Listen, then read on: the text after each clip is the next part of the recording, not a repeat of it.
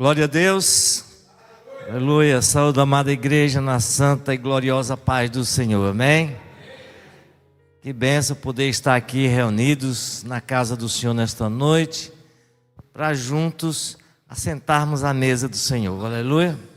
Muitos não puderam estar aqui, estão cumprindo aí uma missão importante, que é votar, glória a Deus. Em muito tempo eu pensava nisso, eu não vou votar, eu vou votar nulo, vou votar não sei o quê. Depois isso é ignorância demais, meu Deus do céu, né? Você tem que participar, porque se eu não votar, isso pode voltar contra mim, né? Porque é colocado no poder alguém que eu não participei. E então, nós, como cristãos, como servos de Deus e conscientes, em primeiro lugar, nós precisamos orar a Deus, pedir a Deus que coloque naquela cadeira, na maior autoridade do nosso país, homens que sejam escolhidos por Ele, um homem justo, um homem que tema a Deus, um homem que veja a justiça, veja os mais pobres, os mais necessitados, e não pessoas gananciosas, preocupadas somente em enriquecer a si mesmo e aos seus. Então, em primeiro lugar, oramos, mas em segundo lugar, nós participamos, colocando lá a nossa assinatura como, participante disso, não é? Então eu creio que é uma data importante e vamos ficar certo que Deus fará a sua vontade em nome de Jesus, amém? Queridos, estou muito feliz de estar aqui. Quem está feliz com Jesus? Eu também estou muito feliz com Jesus, aleluia. Foi 2h30 de fila, né? Não foi só eu. Márcia, vou pedir mudança do meu domicílio eleitoral, né? Márcia chegou e voltou bem ralizinho. Eu passei um coro. Glória, não foi só eu não, né? Um bocado de gente, né? Sadraque também. Passou um coro aí para poder votar. Eu digo, mas já pensou um negócio desse? É assim mesmo, perdi o sono da tarde, aleluia. Mas foi por uma boa causa, eu creio. Querido, hoje é ceia do Senhor e eu quero convidar os amados irmãos a ler no livro de Hebreus, capítulo 1. Essa palavra que Deus tem colocado no meu coração e a gente fica meditando. E as correrias, né? Nós não vivemos só da obra. Quem vive só da obra tem tempo para ficar lá meditando, né? Quem vive na correria da vida, né? Então o Espírito Santo faz milagre, que Ele nos inspira, nos dá, né? Revelação da palavra de Deus. Hebreus capítulo 1. Quem quiser ficar de pé em reverência à palavra de Jesus, né, em palavra de Deus, né, faça essa honra ao Senhor, não é a mim. Glória a Deus.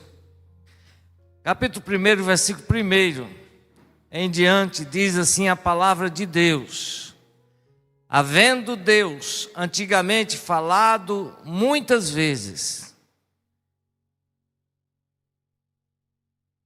e de muitas maneiras aos pais, pelos profetas, a nós falou-nos nestes últimos dias pelo Filho, a quem constituiu herdeiro de tudo, por quem fez também o mundo, o qual, sendo o resplendor da sua glória e a expressa imagem da sua pessoa, e sustentando todas as coisas pela palavra do seu poder, e havendo feito por si mesmo a justificação dos nossos pecados, assentou-se à destra de Deus, assentou-se à destra da majestade nas alturas. Aleluia!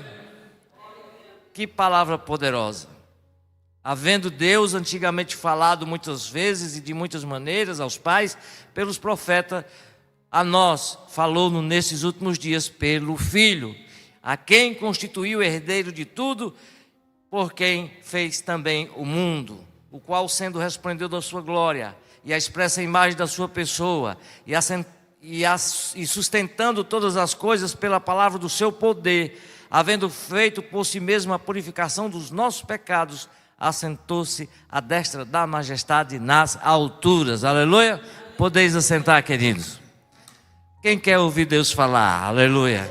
Eu quero Desejo grandemente que o Senhor venha falar com a sua igreja, venha falar com aqueles que estão nos vendo pelas redes sociais, pela TV Vivendo Nações, que a palavra de Deus nesta noite venha de encontro ao seu coração, porque basta uma palavra. Quem crê nisso? Basta uma palavra. Não precisa de muitas palavras, basta uma palavra. Se nós compreendermos o peso que tem, o valor que tem a palavra de Deus, então nós não precisaríamos buscar muitas palavras, basta uma palavra, basta uma palavra. Eu estou falando isso porque nessa semana o Senhor me fez meditar e perceber que como nós somos ansiosos, estamos sempre buscando algo novo, para que a nossa fé seja renovada, uma palavra nova, enfim, nós estamos sempre ávidos para ouvir alguma novidade, e não fazemos daquela palavra que o Senhor falou para nós desde o início, como algo renovado dia a dia, de tal maneira que aquilo não precise que eu esteja buscando algo novo, porque o Senhor já falou. Nesse capítulo 1, é isso que o escritor aos Hebreus está dizendo. Deus já falou há muito tempo, de muitas maneiras, aos pais pelos profetas. E aí o Senhor renovou a sua palavra através da maior expressão da sua pessoa, que foi o seu próprio Filho, Jesus Cristo. Ele renovou o seu compromisso conosco, o seu amor, a sua bondade, enfim, Ele renovou a sua palavra, trazendo um novo concerto, uma palavra de reconciliação, uma palavra de perdão. Ele nos chamou através do próprio Filho. E o Senhor tem nos falado muito. Quantas vezes a gente aconselha pessoas e diz: irmão, vamos buscar Deus. Quantas vezes eu aconselho o meu filho, digo: meu filho, vamos buscar Deus. Você está frio na fé, você não está desinteressado das coisas de Deus, mas o que Deus falou é que você é filho dele, você não está dando importância para isso. Bastava esta palavra para que a pessoa se animasse, dizia: pô, eu sou filho de Deus. Para mim, a maior profecia, a maior palavra que eu pude ouvir, e não foi nem a profeta que falou para mim, foi Márcia que ouviu dela: diga ao irmão Ednardo esta palavra. E quando Márcia disse: olha, a irmã fulana de tal disse uma palavra para você. E quando Márcia me disse, eu quase que explodo, só lembrar, eu ainda me emociono, já faz tempo. E sabe qual foi a palavra? Diga ao meu filho que é tempo de mudança. Mas a mudança para mim não é importante, mas é diga ao meu filho. Quando falou diga ao meu filho, encheu meu coração, glória a Deus, né? A minha identidade foi renovada. É tempo de mudança por quê? Porque na época nós estávamos o quê? Na garagem do irmão Stani, estava naquela fase, e aí eu não querendo me envolver, né? Não queria esse negócio, né? Não queria, eu queria servir a Deus, mas não queria compromisso dessa forma. Mas aí a irmã disse: olha, diga ao irmão Ednardo que Deus está dizendo que é tempo de mudança. Mas então diga ao meu filho. Quando ela falou meu filho, né? Meu coração explodiu de alegria, porque a minha identidade foi renovada. Digo, glória, Jesus me reconhece como seu filho. Irmão, isso é a maior bênção que o homem ou a mulher pode ter na sua vida, é a alegria de ser chamado. A Bíblia chama de poder. Foi nos dado o poder de ser chamado filho de Deus. E muitos são chamados, mas poucos dão ouvido, não é?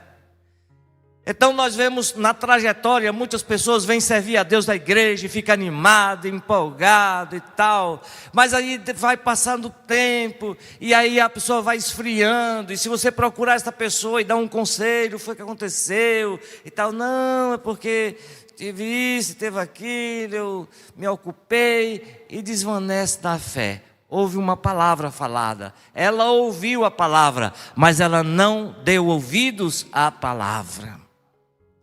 Nós vemos exemplo de pessoas que não deram ouvido à palavra de Deus na Escritura Sagrada. Eu quero citar um que é muito forte, que foi quando o Senhor tirou o povo do Egito e caminhou por 3 meses. E aí eles se acamparam ao pé do Monte Sinai. E lá o Senhor apareceu a Moisés e disse: Moisés, você santifique o povo, porque daqui a 3 dias eu irei descer numa nuvem espessa, uma nuvem escura. E eu vou falar ao povo, para que o povo me escute, para que o povo me ouça o que eu tenho a falar, e eles creiam em mim, e eles não tenham dúvida alguma. Olha só o interesse de Deus, fazer com que o povo escutasse o próprio Deus falando de uma nuvem. E o povo cumpriu conforme, e no 3º dia baixou a nuvem sobre o monte, e os relâmpagos e os trovões, e a Bíblia diz que o monte tremia, e subia fumaça, e era aquela visão tremenda lá, e o povo tudo olhando. Então Deus começou a falar: eu sou o Senhor. Eita, só em pensar, irmãos, se eu tivesse uma voz bem grave como a de meu sogro, Chico Chaga, né? Fazia uma voz bem bonita, né? Não terás outro Deus diante de mim. E o povo lá escutando o próprio Deus dizendo para ele, dando para eles as leis cerimoniais, as leis civis, as leis morais. E eles estavam lá escutando Deus falar. E chegou um ponto que o negócio ficou meio forte lá, muito forte.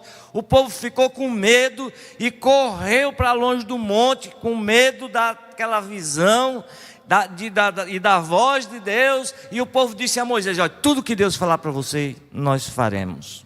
Está certo? Moisés disse: está certo, então está combinado. Tudo Deus falar para você, você fala para nós, e nós vamos obedecer. Quer dizer, poxa, glória a Deus, o povo deu ouvido à voz de Deus. Deu ouvido à voz de Deus. Mas pouquinhos dias depois, o Senhor chamou, dentro do mesmo período, o Senhor chamou Moisés para o monte. E lá Moisés passou 40 dias. E no final desses 40 dias o povo não aguentou. Acredito que foi bem antes, talvez uns 30 dias. O povo disse a Arão: ei, meu amigo, cadê esse Moisés que nós não sabemos o que aconteceu com ele? Faça deuses que estejam diante de nós. E o Senhor tinha ensinado para eles lá: não terás outros deuses diante de mim, não te curvarás a ela, não falar nada disso. Olha só, o próprio Deus quem falou. Aí eu fico pensando: meu Deus do céu, o que é que eu estou fazendo aqui na minha vida? Porque a gente ensina o povo e o povo não atende. Aí a gente voltando atrás assim, mas o próprio Deus falou, o próprio Deus ensinou, e o povo disse assim: faça alguma coisa aí que esteja diante de nós, porque desse Moisés, nós já faz um tempão e nós não sabemos que aconteceu com ele, faça aí alguma coisa. Moisés, pressionado pelo povo, caiu na besteira de fazer um bezerro de ouro e colocou lá. O Senhor disse: desça, Moisés, porque esse povo tem se corrompido. Ou seja, bastava uma palavra de Deus para aquele povo, e o Senhor fez promessas gloriosas para ele. Se você ler o capítulo 6 de Êxodo, e você vai vendo todo esse processo aí, depois você lê, você vê como o negócio foi sério. E o povo ouviu do próprio Deus, a voz do próprio Deus. Mesmo assim, com poucos dias depois, menos de 40 dias depois, o povo está dizendo: faça um Deus aí para me adorar, porque eu não sei mais o que foi feito disso. Você entende o que é que nós estamos propensos ou sujeitos a enveredar por um caminho que nos leva à destruição, que nos leva a entristecer o coração do nosso Pai, que nos leva à morte, porque nós não escutamos, porque bastava apenas uma palavra. Aleluia. Deus já falou: vocês são o meu povo peculiar e exclusivo. Irmão, essa palavra era suficiente para que eles, diante de tantas maravilhas que haviam contemplado, como a travessia do Mar Vermelho, a água da rocha, tanta da coisa, e agora vendo o próprio Deus falar, eles não quebrantaram os seus corações, não endureceram o seu coração e não ouviram a palavra de Deus que diz: vocês são o meu povo. Aleluia. Irmão, que maravilha você dizer: eu sou povo de Deus, eu faço parte do povo de Deus, eu faço parte da família de Deus, eu faço parte do corpo de Jesus Cristo. Que privilégio é esse? O que nos espera é a glória que o Senhor tem prometido para nós. Nós vemos em Lucas capítulo 7, versículo 7, a história de um homem agora que deu ouvido à palavra de Deus. O centurião de Cafarnaum estava com um problema com o criado dele, que estava enfermo, e ele tinha ouvido falar de Jesus. E quando mandaram anunciar o Senhor Jesus foi chegando perto da casa dele. Ele mandou um criado e disse: olha, não precisa que o Senhor entre na minha casa, porque eu não me senti digno nem de ter com o Senhor. Mas basta uma palavra e o meu servo sarará. Basta uma palavra e o meu servo sarará. Porque eu sou homem que tem um homem sobre a minha autoridade. Digo a esse vai e ele vai, digo a esse vem e ele vem. Então eu creio que se o Senhor determinar apenas uma palavra, o meu servo sarará. E Jesus ficou maravilhado, dizendo: nem mesmo em Israel eu vi tanta fé. E disse: vai e seja feito conforme a tua vontade. Olha o que surpreende Deus: a nossa certeza de que o Senhor está conosco, da sua soberania, do seu poder, do seu amor e das liberações que Ele tem para nós.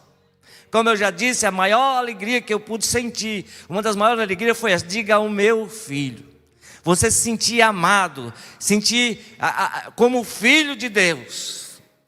Essa é a maior alegria. Enquanto que outras pessoas estão mais interessadas em conquistar, Deus me dê, é com as duas mãos levantadas para o céu, esperando de Deus alguma coisa. Estou falando de coisas, e não de ser um filho amado do Pai.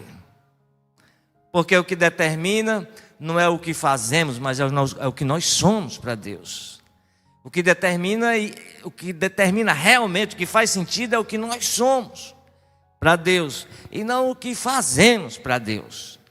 Agora, se somos e temos consciência do que somos, então nós seremos com certeza produtivos no reino. Seremos produtivos, será consequência disso. Será uma consequência natural. Um outro exemplo de um homem que escutou, esse é uma coisa muito forte. Lá no Antigo Testamento, lá no início, quando em Gênesis,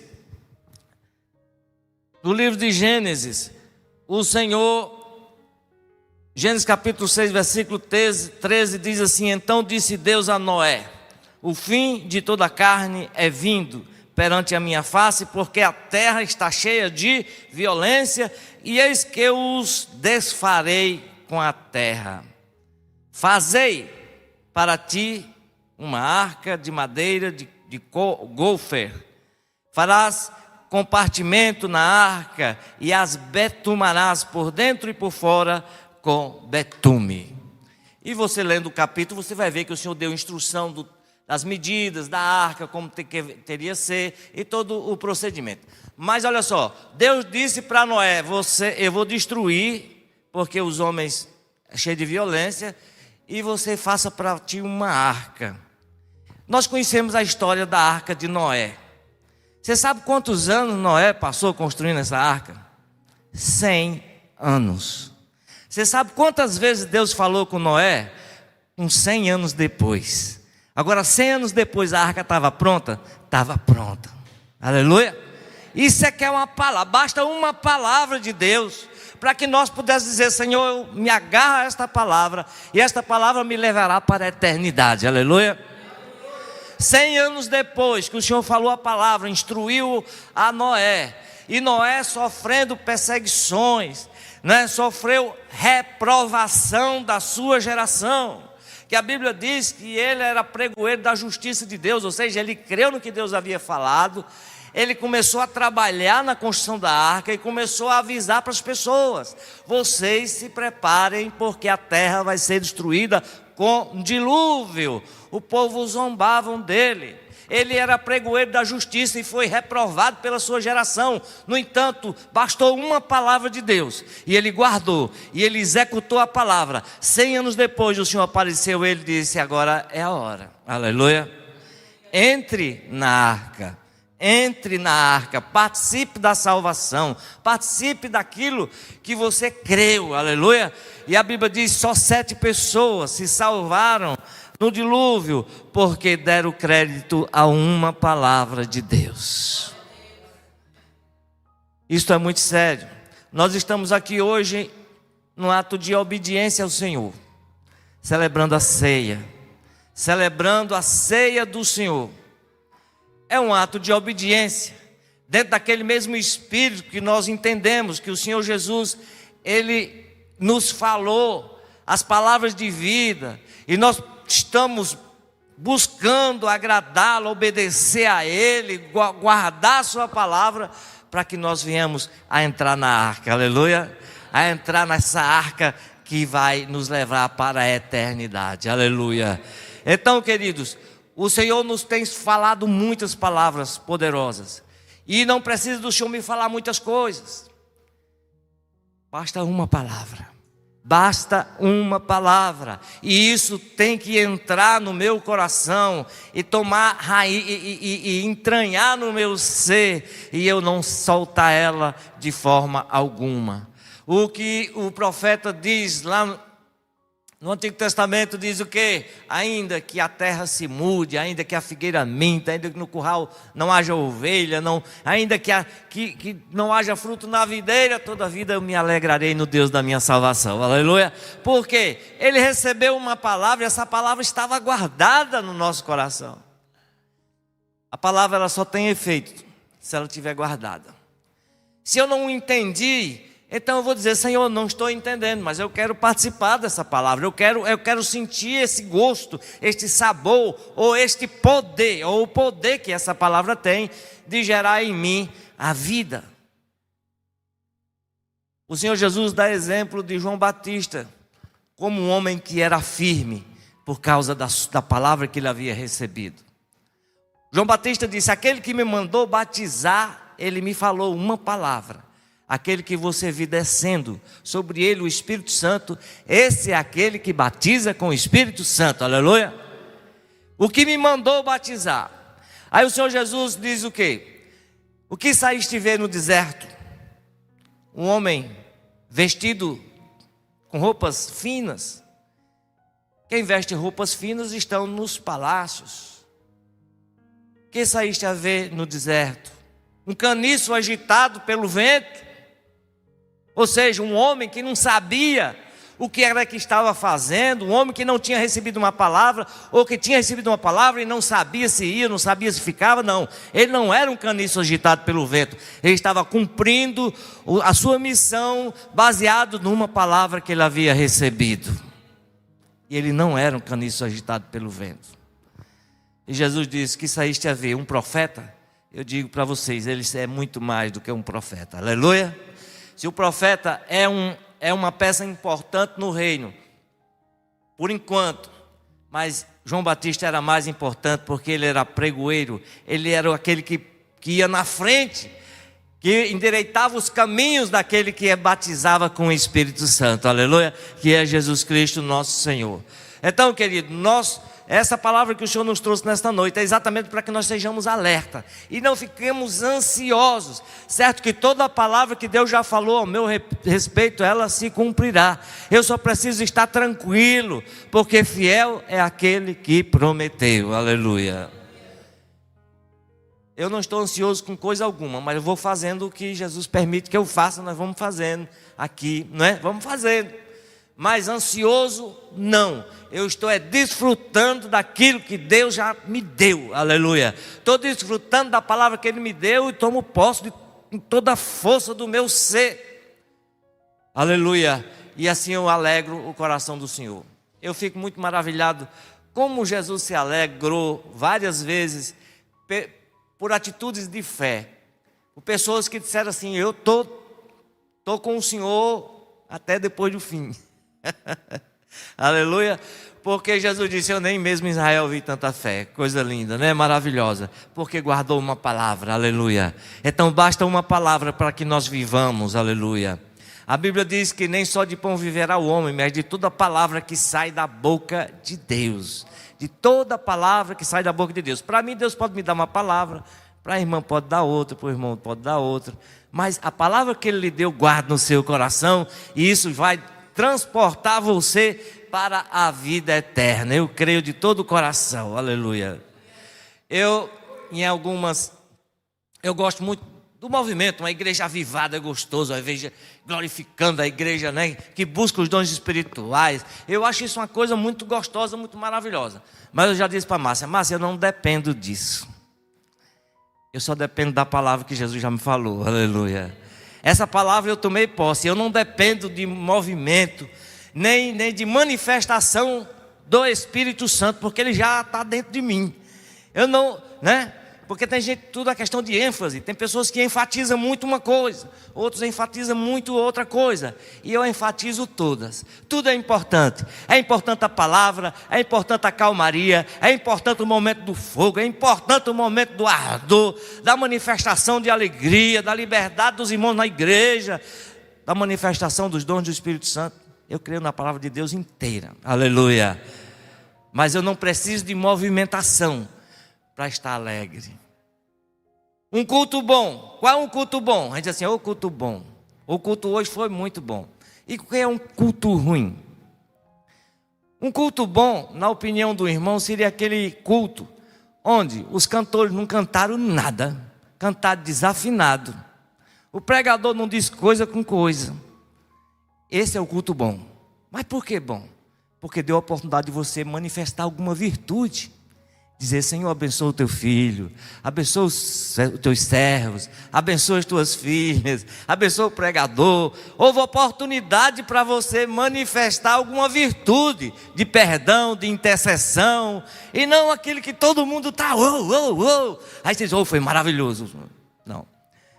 Aí o irmão disse certa vez o seguinte: se você está pregando e o irmão se ajeita na cadeira, é porque ele está gostando da palavra e ele está só querendo ficar mais confortável para não perder o foco, né? Se o irmão começa a abrir a boca e dormir, né? É porque a palavra está consolando ele, né? É para estar aí, então tá bom a palavra, mas se ele se levanta e vai embora, é porque ele está gostando tanto da palavra, foi chamar outro para vir ouvir a palavra, irmão. Então o culto bom é aquele culto que você manifesta, afinal de contas você está aqui para cultuar a Deus, manifesta alguma virtude, não é?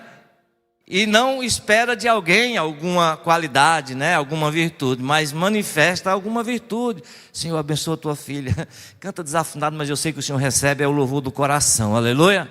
O pregador, a palavra não falou nada, coisa com coisa, mas abençoa o teu filho, dá-lhe unção, dá-lhe conhecimento, revelação da tua palavra. Então esse é que é o culto bom, onde me confronta a manifestar alguma virtude da parte do Senhor, amém? Onde mostra se você é crente ou se você não é. Aleluia. Quer entender o que eu estou dizendo?